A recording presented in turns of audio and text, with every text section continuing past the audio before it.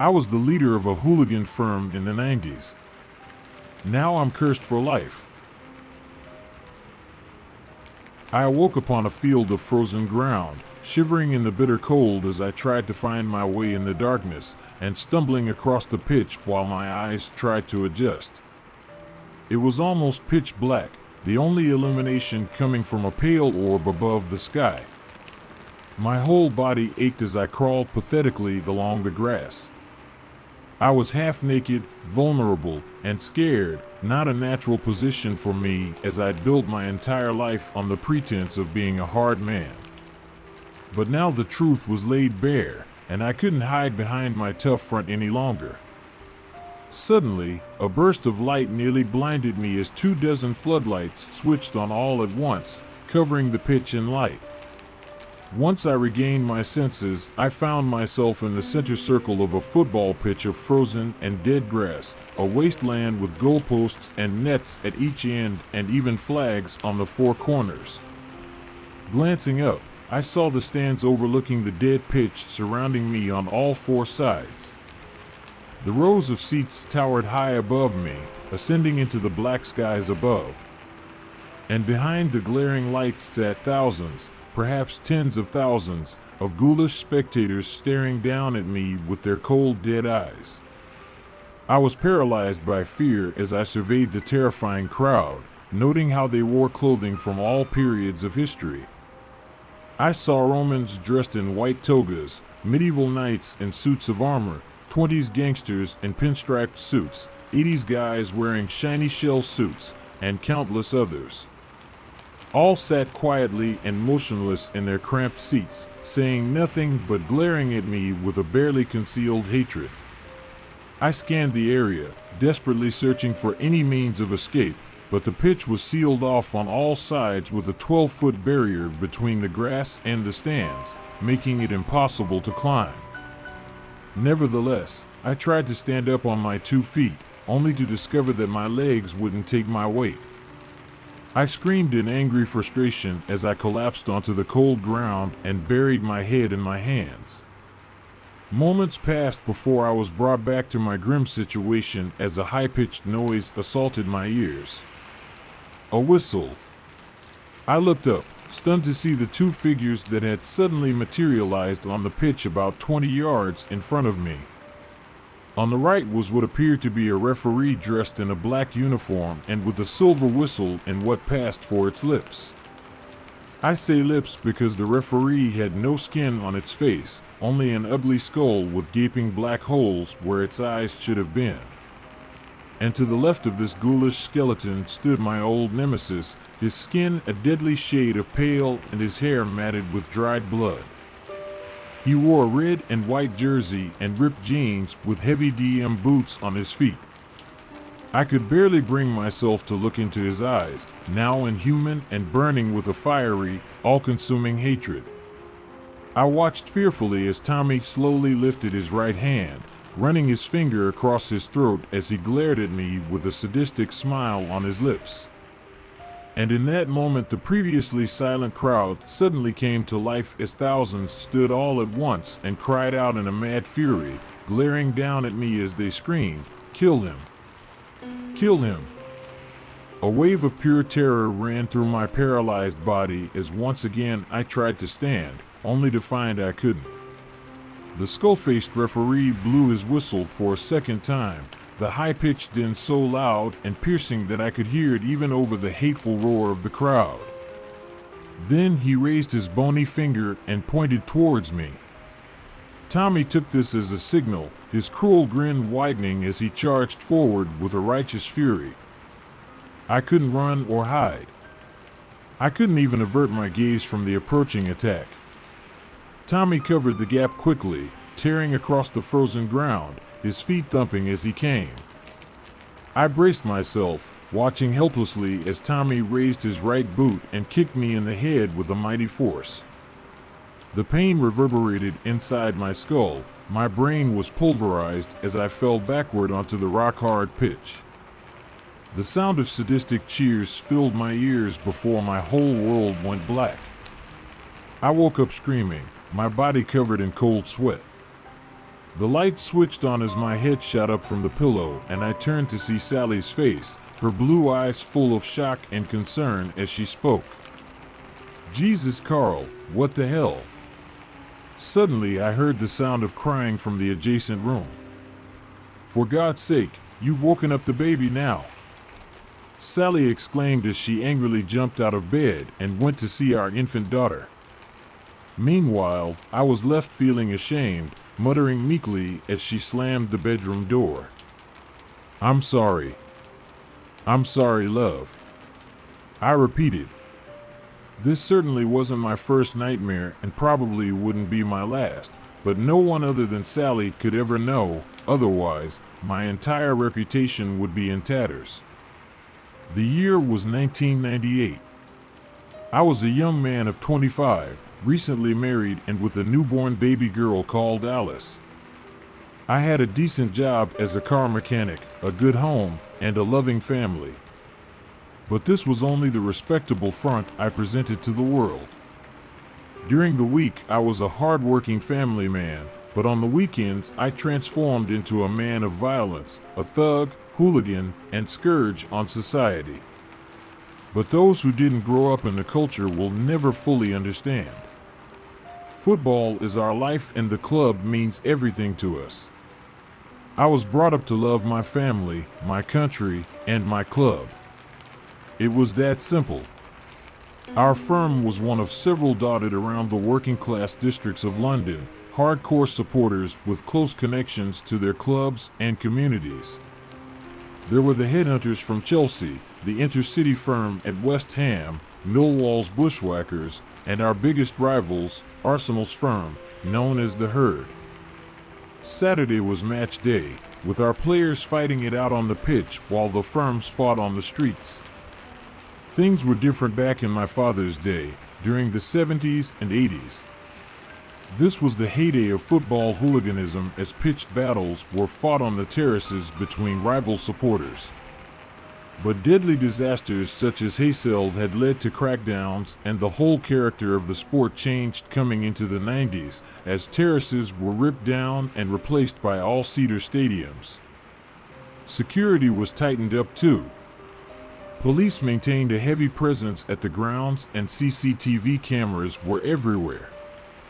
The firms needed to change tactics to avoid detection and arrest, arranging meetups by phone and fighting each other at sites far away from the grounds and prying eyes. My dad introduced me to the violence, but he'd long since retired from the life. But I'd proven myself in battle and had risen to the top of our firm, achieving the coveted position of top boy.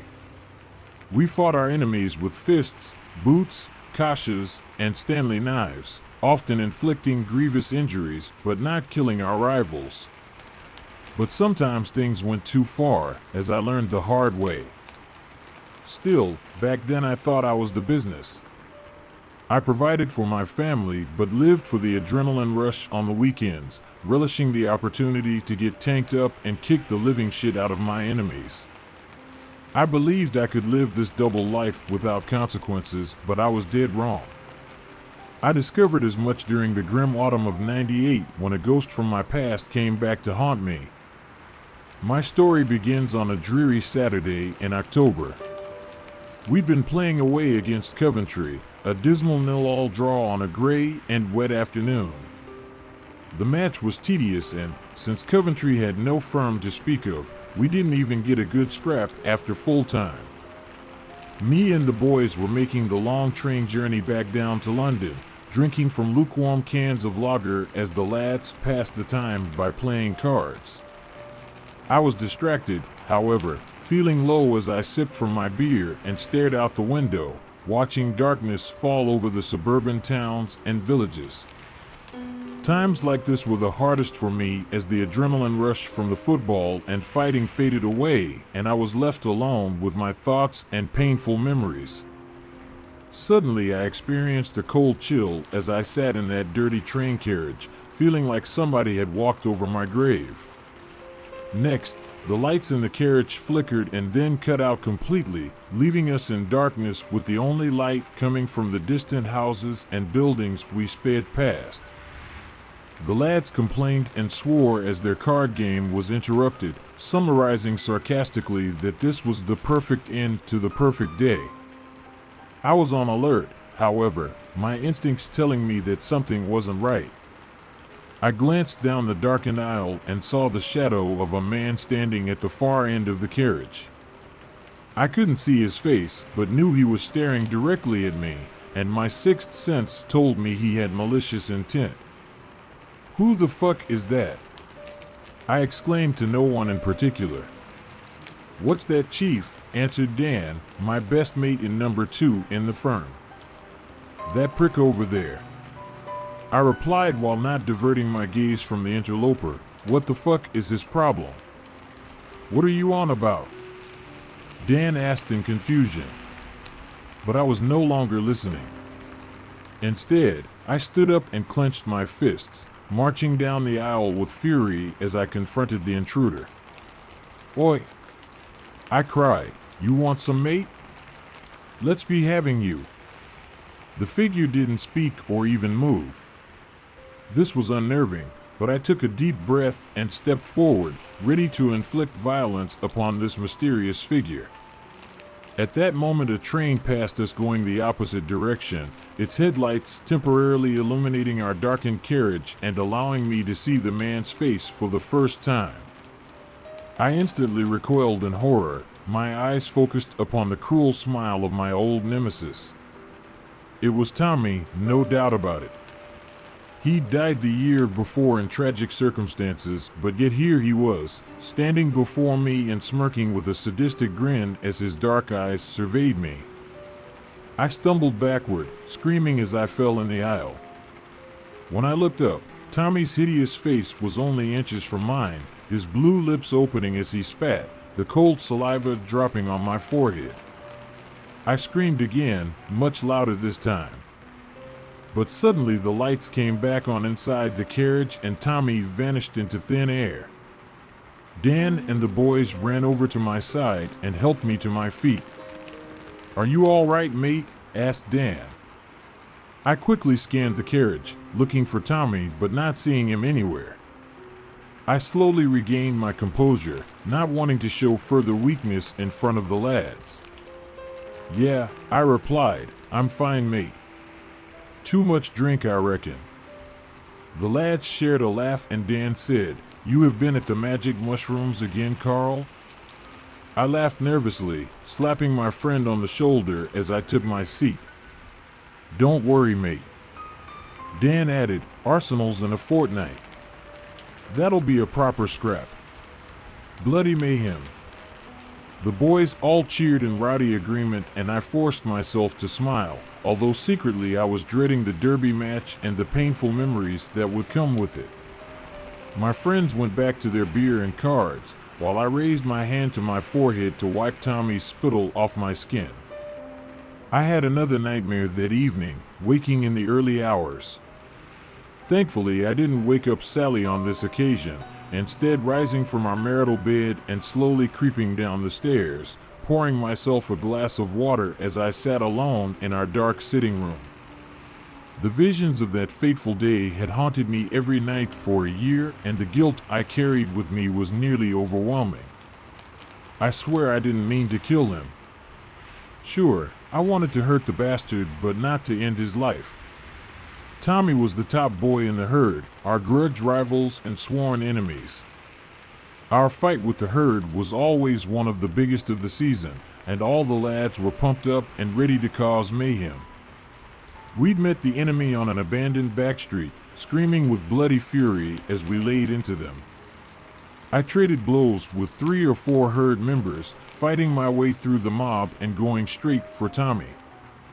He snarled when he saw me, stepping forward with a mean look in his eyes and his fists clenched.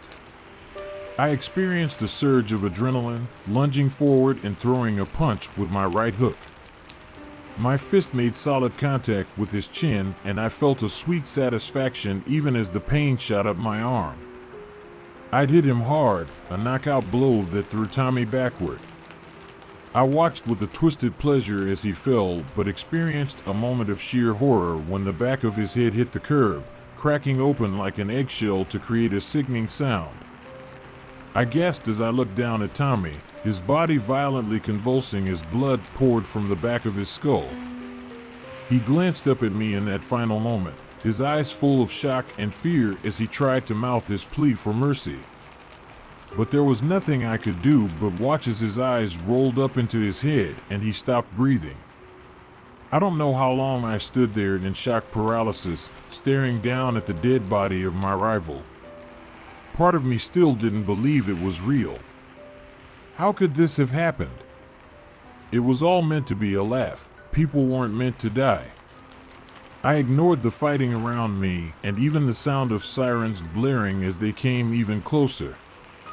It was Dan, shaking me back to reality as he screamed in my ear. "The old Bill are coming, mate. We need to get out of here." He dragged me from the scene and we ran, leaving Tommy's corpse lying on that dirty back street like he was nothing more than a piece of rubbish. The police questioned me about Tommy's death. They could have charged me with manslaughter, maybe even with murder. But there was no CCTV, no forensics, and no witnesses came forward. I kept my mouth shut during the interrogation and they had to release me without charge.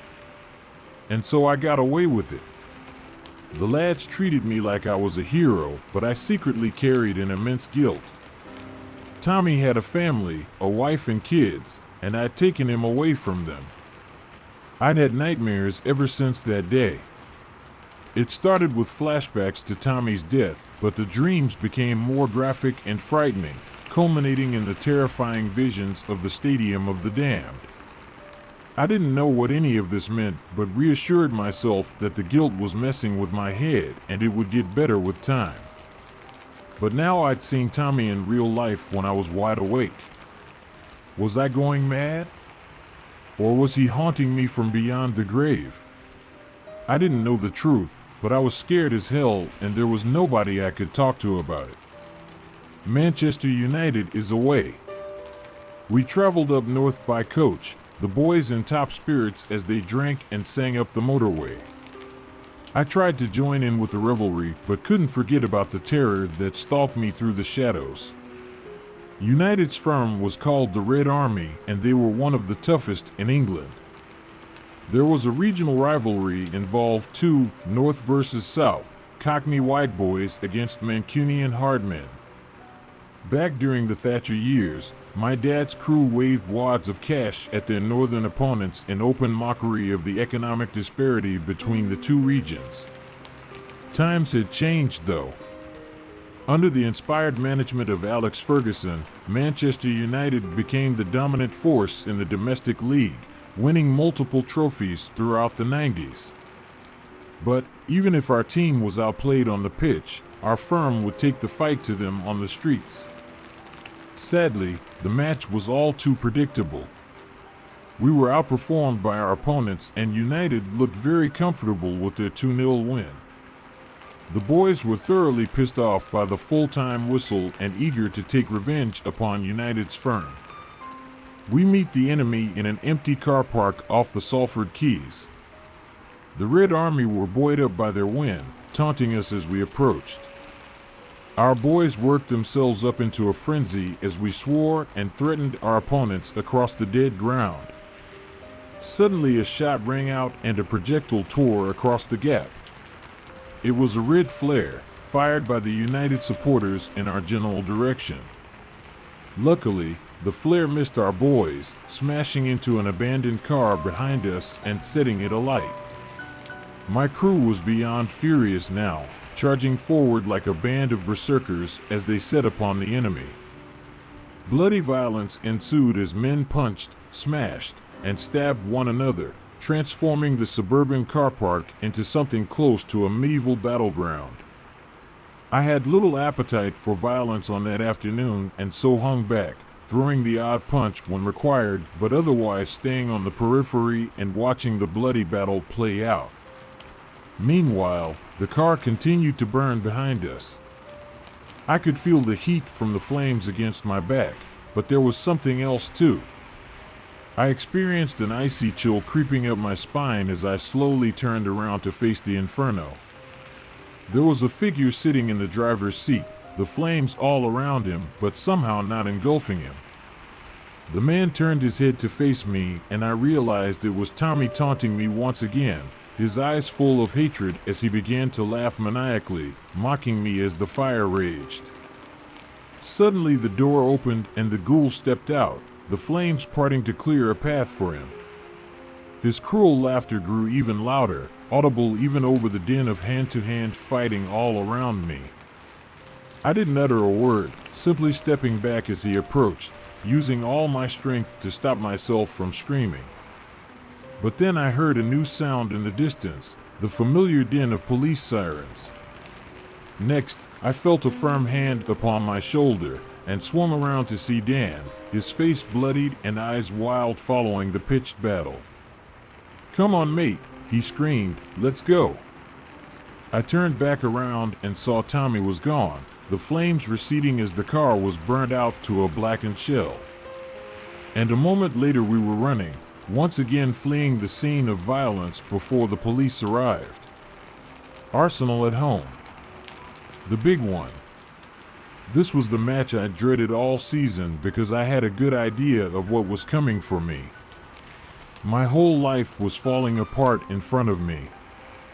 I couldn't focus on anything, my family, my job, or even my beloved football club. When I closed my eyes, all I saw was Tommy, the ghost of my enemy, come back to the mortal realm for vengeance. But, as much as I feared that Saturday afternoon, I couldn't walk away from this. There was nowhere for me to hide.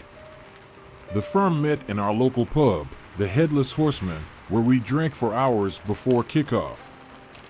The lads were tanked up and tooled up, armed with knives, screwdrivers, and kashas.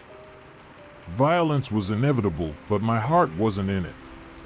I drank pints at the bar, trying to drown out the chants and war cries from my comrades.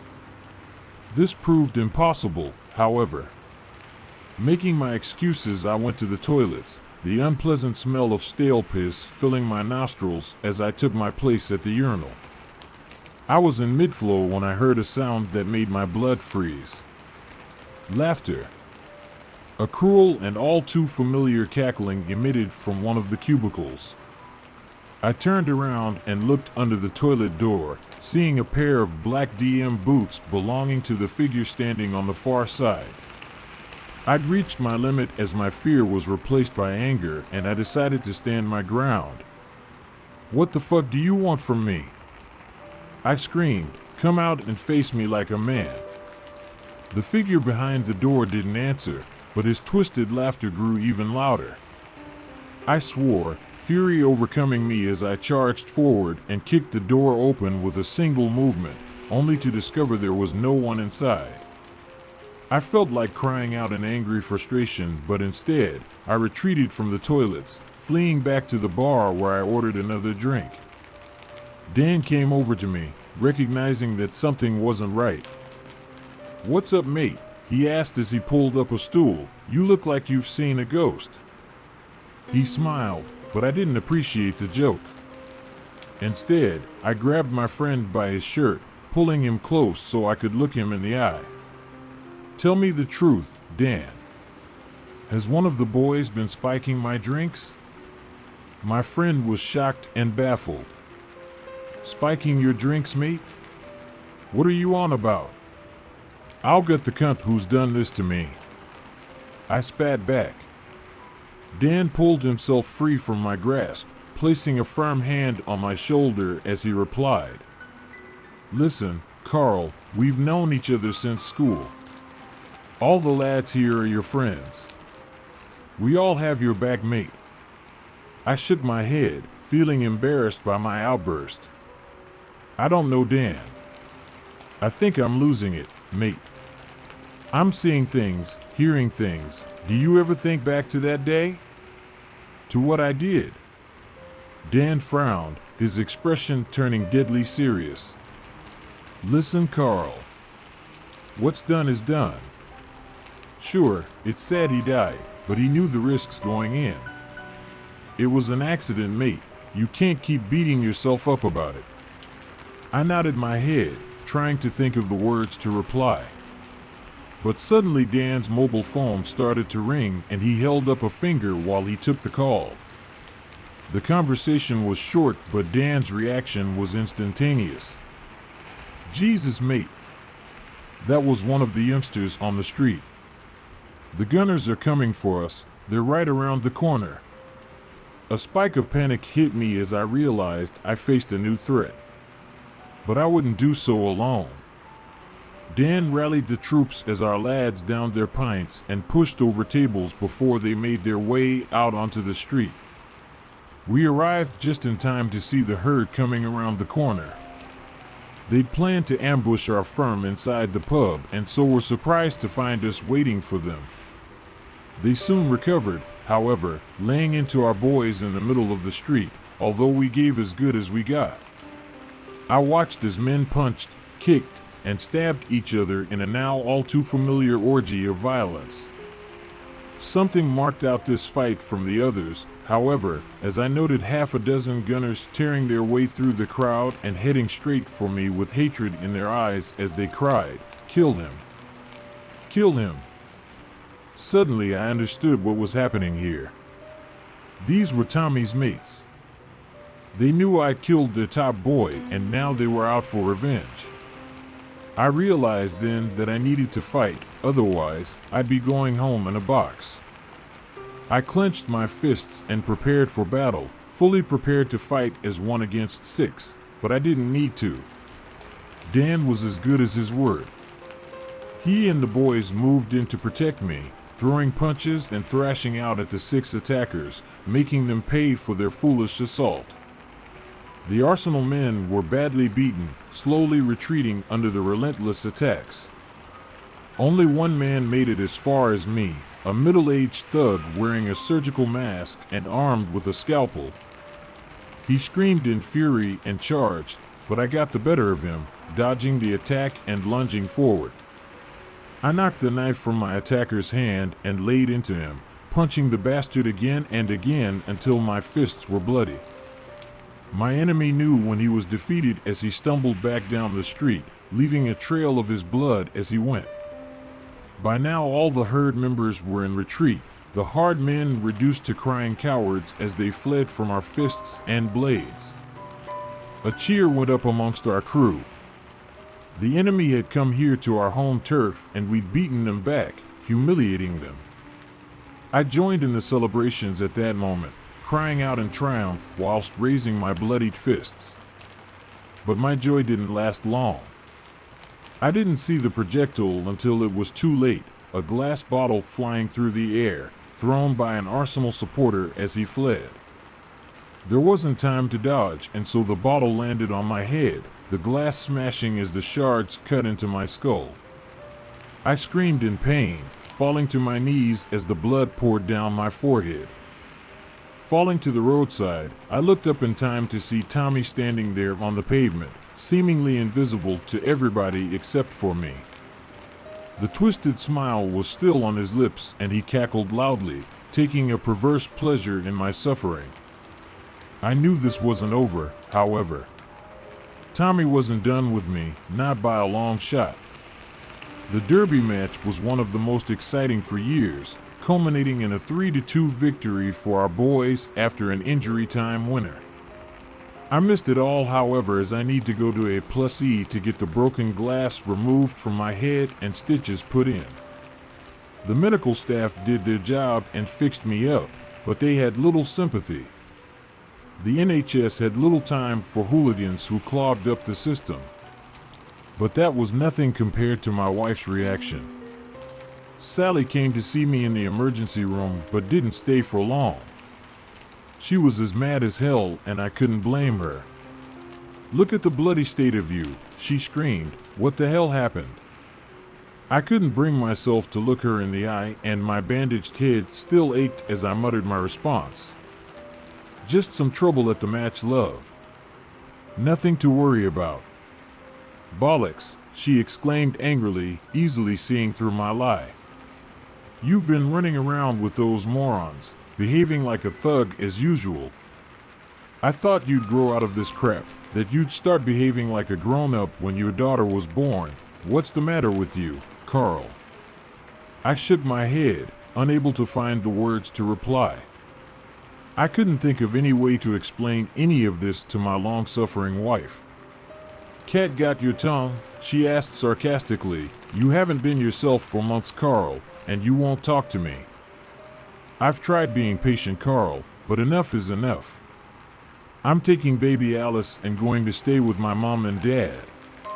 You can call me when you're ready to start behaving like a real man."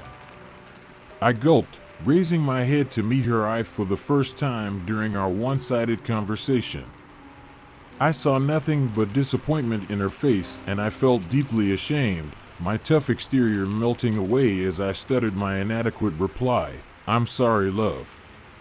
She rolled her eyes, tooting loudly before storming out of the hospital waiting room and slamming the door behind her. I returned home alone, unable to face Dan and the boys or anyone else for that matter. My head was still sore, so I lay on the bed, but I didn't want to close my eyes or fall asleep because I knew he was waiting for me in the darkness. But it was futile, as eventually my strength failed me and I drifted off into the realm of nightmares. I was back in that hellish stadium, blinded by the floodlights as the ghoulish crowds bayed for my blood. Next, I heard the high-pitched whistle and looked up to see the skull-faced referee pointing his bony finger in my direction. I didn't even try to flee or resist as I saw Tommy charge down the pitch toward me, his sick grin widening as he lifted his heavy boot and kicked. I felt the sudden, sharp pain as his foot connected with my skull, but something was different this time. Usually, I would wake up after the kick, but not this time. To my utter horror, I realized my head had been kicked clear of my body, now severed and flying through the air. Somehow I was still conscious and aware of my surroundings, spinning uncontrollably as the sadistic crowd cheered in sheer ecstasy. My decapitated head hit the rock-hard ground with a heavy bump, but my ordeal wasn't over. Tommy sprinted down the pitch and kicked me again, using my head as a flesh football as he dribbled along the pitch. And when he reached the box, he gave me another mighty boot, sending my decapitated head flying into the top corner of the goal, smashing into the back of the net as the crowd screamed in joyous celebration. That's when the nightmare ended, but my hellish night was only beginning. When I woke up, I realized I couldn't scream or even move. I was paralyzed, lying on my bed with the covers off, my breathing growing heavier as the panic set in. But it got worse. I soon realized I wasn't alone as I managed to move my head just enough to see the shadowy figure standing in the corner. I knew exactly who it was before I saw his face. Of course I did. Tommy had come for me, and I was helpless before him, unable to resist or even flee. He walked over to me, his face illuminated by the dim light to reveal pure evil. I didn't believe this was my former nemesis, not anymore. Whatever had overtaken him had surely risen from the depths of hell.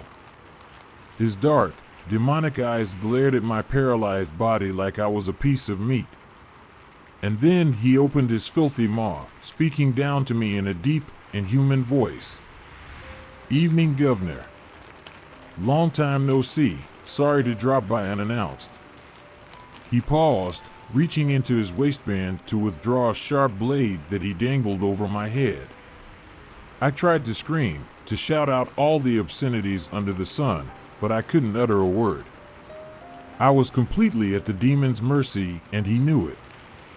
"The thing is, mate," he continued whilst still holding the knife, "you thought you had me beat, but you're forgetting it's a game of two halves. You had a good run, but now I'm hitting you on the counterattack." Slowly, he pulled up my shirt to reveal my bare chest underneath. I was shaking uncontrollably, my brain succumbing to blind panic as I struggled to breathe. All my strength and power were gone, and I could only watch on in impotent terror as he lowered the blade and started to cut into my exposed skin. I couldn't scream, but I did feel the pain as Tommy, or whatever the hell this was, carefully continued to cut deep into my flesh. I thought I was going to pass out, but somehow I kept my eyes open, witnessing my mutilation in its entirety. Finally, it ended and I was forced to look down at my bloody chest, horrified to see what the beast had carved into my skin. And it read 1-to-1. "There you have it, mate," Tommy said with a twisted satisfaction. "All square at the final whistle. Looks like we're going to have extra time. Don't you just love the beautiful game?" At this moment, I suddenly regained control of my vocal cords, and I wailed like a banshee as the full horror hit home. The demon in Tommy's form merely laughed cruelly, saying, "I'll be seeing you again, mate." And then he stepped back, disappearing into the shadows in the corner of my bedroom. It's been 25 years since that hellish night, but I still bear the scars from the attack, and the chilling nightmares continue to haunt me. I'm a shadow of the man I once was. Sally never came back, and my daughter grew up without having me in her life. I didn't go back to the firm after that. How could I when I'd been humiliated and emasculated so completely? I've not even been to a football match in a quarter of a century. My life has been miserable in the many years since, an existence marked by fear and shame. Everywhere I go I fear I'll see him, the ghost of Tommy, or whatever demon has taken over his form. He's watching me always, and he can enter my nightmares whenever he wants, bringing me back to that vile stadium of the dead, a sick parody of the game I used to love. My life is one of pain and misery, and a part of me wants it to be over, yet I fear death because I know Tommy is waiting for me in the next realm, just itching to use my head as a human football for all eternity. I can still hear his ominous last words to me, "We're going to extra time. I'll see you again, mate." I know what's waiting for me after death, and it scares the shit out of me. My only hope is that there is a God, and he'll have mercy on my sinful soul. My fate is in his hands now.